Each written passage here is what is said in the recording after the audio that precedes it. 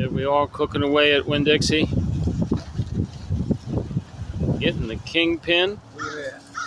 Look at that. Winn Dixie. Very nice. Right. Show Steve 4K. Hey, Steve 4K, look at what I got. Oh, it just dropped. It dropped right in the middle. But it felt perfect. It did good. It got tender, man. It's tender where I'll make sure it's tender. Look. Milk in your mouth, not your hands. There it is. Your local Winn Dixie. Look, this one's playing with crawfish. Wait, we have a crawfish right here. Winn Dixie. That sure was. What kind of shirt we got? Let me see that shirt.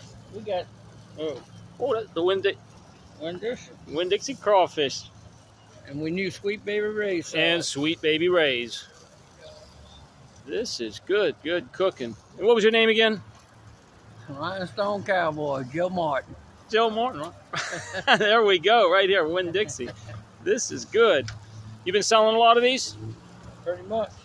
Oh yeah. And you've been at it? They're $14. $14.99 a piece. And you said how many years you been at this? 7 years. Bro. 7 years. Too long, huh? Well, look. That bone's falling off the bone. Well, that's okay.